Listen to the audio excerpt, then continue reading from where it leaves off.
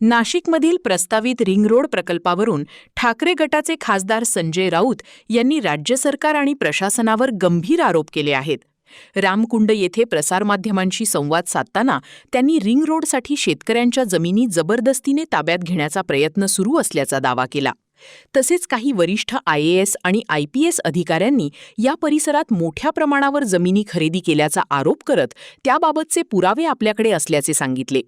राऊत म्हणाले की ring road प्रकल्पासाठी शेतकऱ्यांवर दबाव टाकला जात असून काही ठिकाणी महिलांवर मारहाण करून दहशतीचे वातावरण निर्माण करण्यात आले आहे.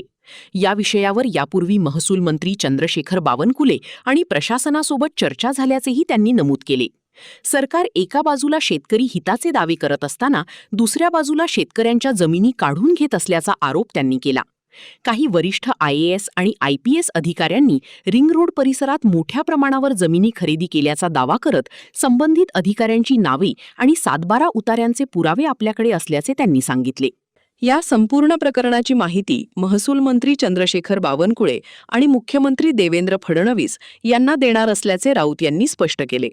सरकारने यामध्ये हस्तक्षेप करून कारवाई केली नाही तर शिवसेना शैलीत आंदोलन छेडण्यात येईल आणि संबंधितांच्या घरांवर मोर्चे काढले जातील असा इशाराही त्यांनी दिला.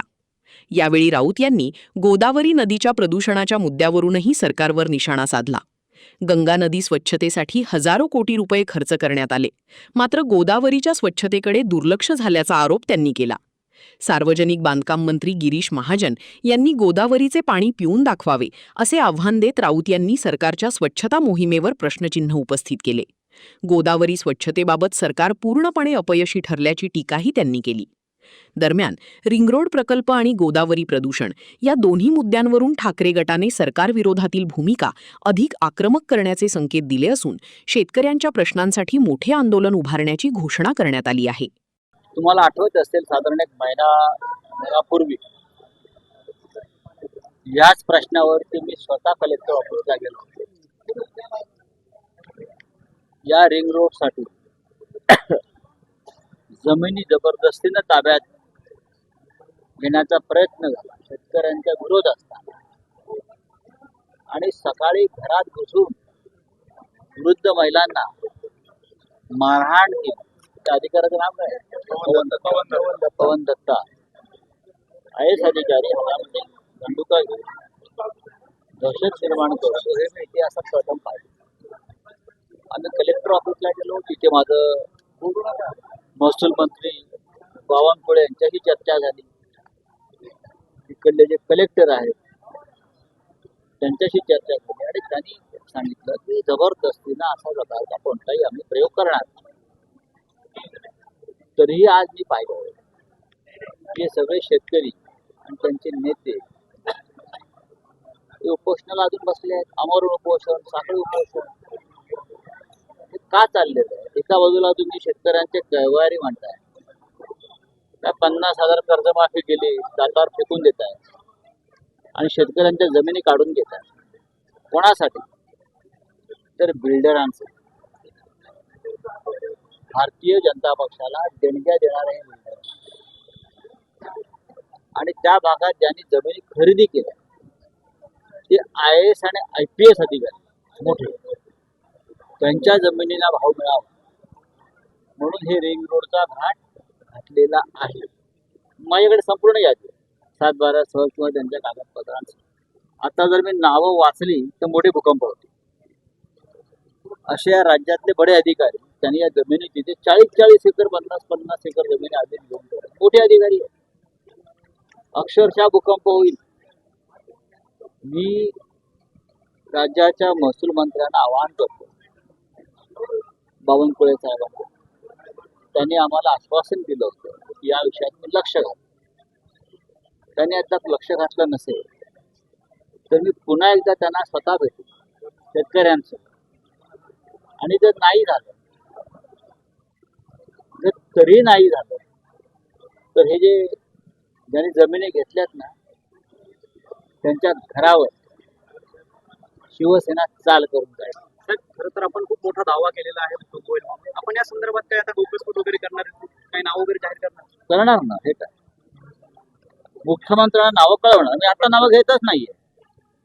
मुख्यमंत्र्यांना मी आधी नावं देणार, महसूल मंत्र्यांना नावं देणार की तुम्ही ह्यांच्यासाठी शेतकऱ्यांच्या जमिनी हिसकावून घेताय का? काय भावाने शेतकऱ्यांच्या जमिनी घेताय तुम्ही? ओरबडून घेताय शेतकऱ्यांच्या हक्काच्या जमिनी अशा प्रकारे? हे शेतकऱ्यांचं राज्य. लाडक्या बहिणीच्या घरात सुद्धा येतो तुमच्या, त्यांना तुम्ही अशा प्रकारे अनाथ निराधार करताय. चालणार नाही. त्या अधिकाऱ्यांच्या घरात घुसू हे जे आहेत ना, ही नावं बघूया तुम्हाला कोण संरक्षण देत आहे. खरं तर साहेब, आणखी काही शेतकरी आहेत ते मंत्र्यांच्या घरावरती आंदोलन करतायत. मंत्री भुजबळ असतील, त्याचबरोबर झिरवाळ असतील, यांच्या घराबाहेर आंदोलन केलंय. हेच रिंग रोड बाधित शेतकरी आहेत, त्यांचं देखील भूसंपादन आंदोलन व्हायलाच पाहिजे. हे सरकार इतकं निर्डावलेलं आहे, त्यांच्या गाड्या अडवायला पाहिजे या मंत्र्यांच्या.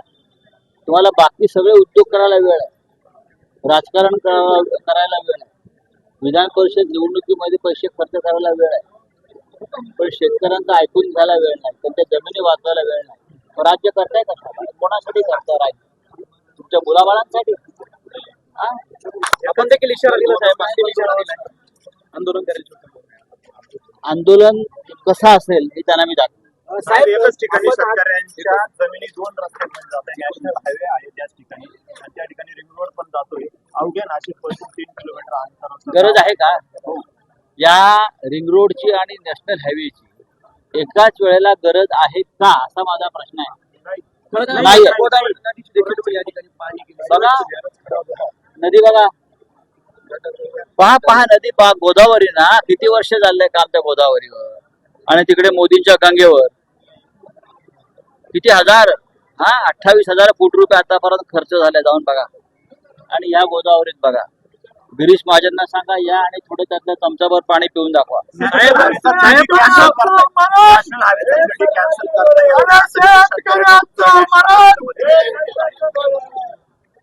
ही भूमिका चुकीची आहे. साहेब,